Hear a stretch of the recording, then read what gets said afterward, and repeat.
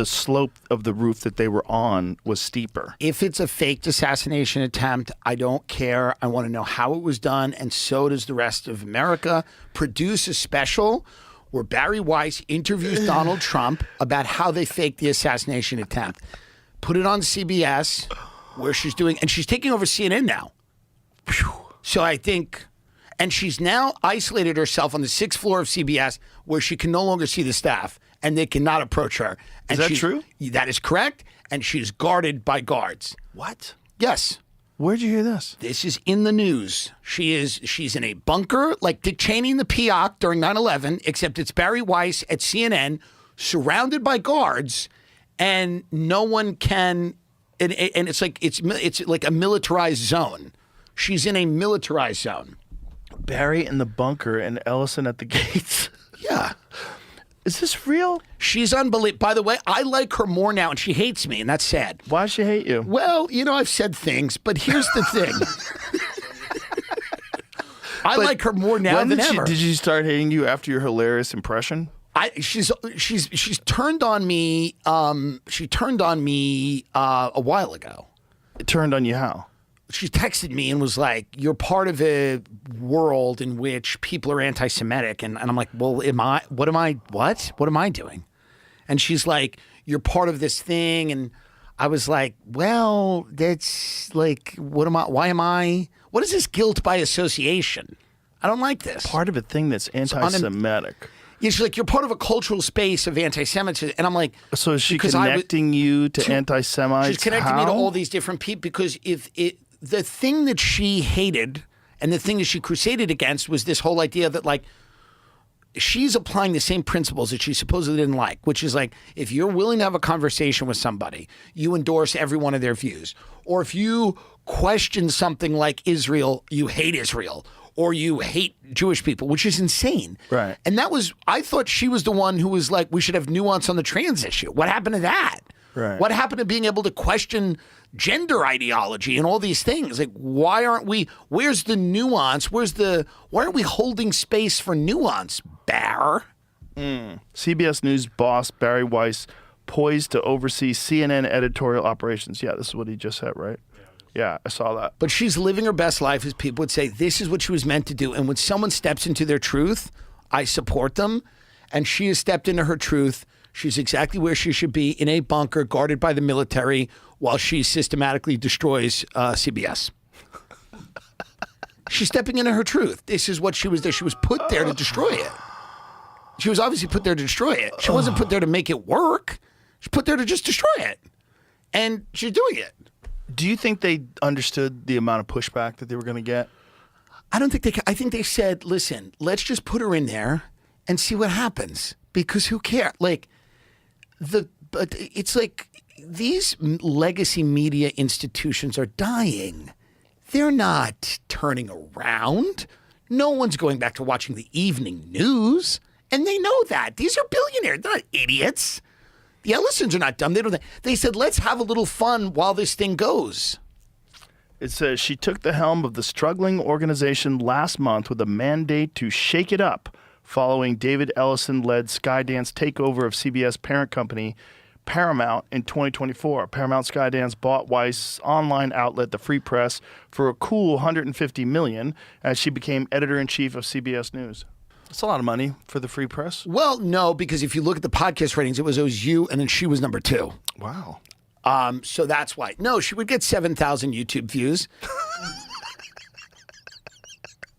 And it seems high. It certainly seems like a lot. But, when you take into account her cultural impact. It's interesting because, like, when it came to her, like, pushing against woke ideology that had infected the New York Times, she seemed really reasonable. And there's this very famous clip of her talking to Brian Stelter where she talks about the world gone crazy. Right. Remember that? The world gone mad? Yes. Where she's, like, very brilliantly lays out why, if this is what you're saying, when people are saying that silence is violence, right, and not actual violence is violence, right, the world's gone mad. Right. And she lays these all out. It's so brilliant. Well, there's got to be room for nuance. Like, October 7th was horrible. Hamas is not good. We all know this. However, you also cannot look at what's gone on the last few years and think that Israel has not, number one, you could call it, I call it a genocide. People can call it anything they want. Doesn't matter. It's a campaign of mass murder where a lot of people have died, civilians have died, many children have died, people that are innocent have died. And they're starting to do something similar in southern Lebanon. And they're now talking about Turkey. Going, by the way, Turkey also is Turkey's a NATO country. So the idea that any criticism of Netanyahu or the Israeli government or Israel or our relationship with Israel or the money makes you anti-Semitic is an insane thing. It's the exact thing that she fought against in race and gender. She fought against that Manichaean good and evil, black and white. She fought against it, and she was right. She was correct to say you should be able to have conversations about when is it appropriate for a child to be exposed to certain ideas, and when should they be able to make a determination about how they want to live their life, and like when is it appropriate for people to call, to designate between a protest and a riot, and the silence is violence, and all of that stuff. She had really pretty logical opinions on all that stuff. But when it came to that one issue, she seems very incapable of understanding any nuance or gray area or complexity regarding this particular issue. No, she is all in for Israel. And that's fine. That's her choice. And I get it. But it's so obvious when a Mark Levin goes, the president's great because we're going into Iran, because the president's great. He's the greatest leader of all time. And then he goes, well, this didn't work out like we thought. We're going to make a deal and we're going to try to, and then Mark Levin goes, this is a failure. This is a blunder. This is a strategic thing. And it's like, for who? Is it for us? It's not a failure. It's clearly a failure for us, but it seems like the bigger failure would be for Israel that wants Iran neutered because they have aspirations regionally, globally, but certainly regionally. So who's it a failure for? And that's a fair question. And I think it's like you've got to be able to have that conversation without being tarred and feathered as someone who's like a conspiracy mongering anti-Semite, which is there's a group of people that are, but a lot of people just want sanity. And this is not sane.